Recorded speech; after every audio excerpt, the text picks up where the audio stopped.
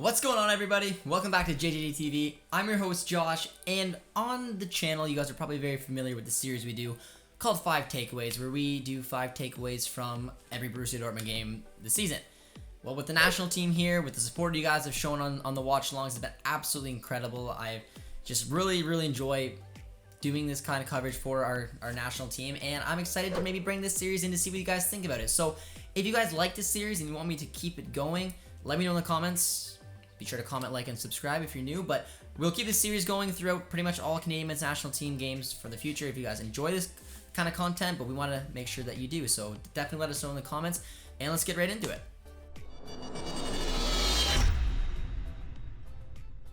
So the first takeaway of the game is fairly straightforward, and it's to take a look at the most important thing that I thought was going to happen, and that was the defense of the Canadian men's national team.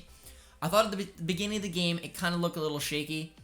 They had a decent start, Suriname did, had a couple opportunities. Obviously, the crossbar one came down, but I really thought when I pinpointed it, took a look at Henry, and was very impressed with what he was able to do on the ball. I thought that from time to time, it looked very nerve-wracking around this Canadian defense. Obviously, Henry, Kennedy, I mean, these guys haven't played together before. They don't have that type of chemistry, and it took a little bit to kind of build into the game. But while that was happening, I was very impressed with some of the tackles that Henry was going in for. There was a few that looked like they could have maybe went any kind of way, and he came in there and he took the ball cleanly, broke up the play, led it back to the Canadian midfield, and we were able to go up the pitch. And he just kind of showed that he had that experience with his national team before. He's been there, he's done that, done wonderful things in MLS and now over in South Korea, and it shows that he is that leadership and a deserving spot in this national team right now for the back line.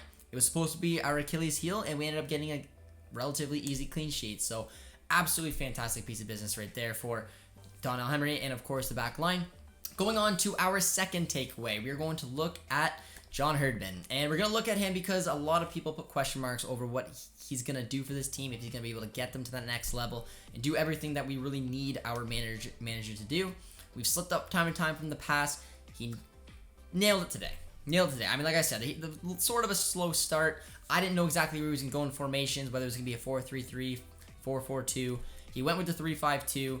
He played to the advantage of having Davies being up and down the pitch, having those overlapping runs, which was one of the most, really the vocal reasons why we were able to win this game today. But he got his tactics spot on, and he honestly out-coached the Suriname manager, and he did a well job in it, having this team motivated, having them let up, and walked away with a 4-0 victory. You can't really put too many question marks on Herdman. He's got a lot to prove this summer. I think it's going to be a very big summer for him to be able to put something together and have this team compete in the Gold Cup, go deep in World Cup qualifying, and we get a bounce right back against Haiti relatively soon. So we'll see what he's going to be and be able to bring to that game going forward. Looking at our third takeaway, we started getting into some of the big hitters, and it's just showing the cut of class that we have in this squad. We know that national teams can be a little bit awkward sometimes with the fact that there's players who play in South Korea, the second Bundesliga. No disrespect to those leagues, just a little bit different from Alfonso, who's playing at a high level in the Bundesliga, winning obviously Champions Leagues and doing all that fun stuff. But being able to get that mix and that mesh right and getting it to work on the day, we were able to see that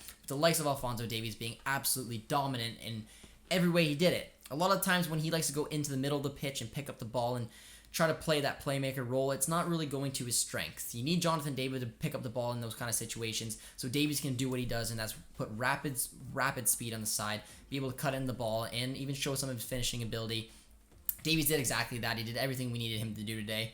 He was taking players on a little bit at the beginning of the game when we were going through the first awkward 25 minutes, but when he changed his game up, he used the wings to his advantage. He was absolutely lights out, and it's the real reason why this Canadian team can do something is when having someone as special as Alfonso Davies.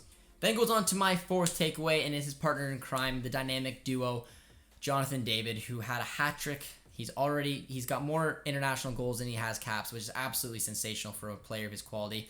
And like I said, when I was pointing out one of the real reasons he's also very good, not only at the goal scoring he does, but coming in for the ball, bringing the defenders with him, holding it up, and being able to do those patient outside passes to Davies. Those two linked up so incredibly well. And then Davies, of course, found him back when need be. Putting up the hat trick, getting the pen, it was just absolutely perfect. Everything you want to see from your number 9, even though he's wearing number 20. But it's fantastic to see, and I'm excited to see what these two can do going forward when we take on some of the biggest names of CONCACAF. And my final takeaway is not to underestimate this Canadian squad. I mean, I was talking with JD. He was really talking up the Suriname squad and telling me the reasons why they may be able to compete with this Canadian squad and what it really meant. But all in all, they weren't well organized. They picked the wrong kind of tactics. They weren't able to cover Jonathan David, who opened up space for Davies, could not control the overlapping run, and did absolutely nothing really in the attack. And our defense, which was supposed to be our Achilles heel, had a relatively clean sheet, and it was a good day all around for them. Excited to see it. We're kind of showing this was supposed to be our first big test, and we went through it with ease, 4-0 on to Haiti before hopefully having some of the big boys in CONCACAF. Huge kudos to this program. Huge kudos to the team. There's still a lot of work to doing. It's far from being over, but it's a good start, and I hope you guys enjoyed this new series that we're doing. I mean, it's an old series, but a new series with the Canadian men's national team. Hopefully you guys enjoy the content, and hopefully one day we'll be able to take on Tactical Managers US in the final round of qualification and get a little revenge for the Nations League knockout. But hope you guys were excited. The Canucks absolutely deserved it, and if you guys are new around here, be sure to comment, like, subscribe, and we'll see you soon.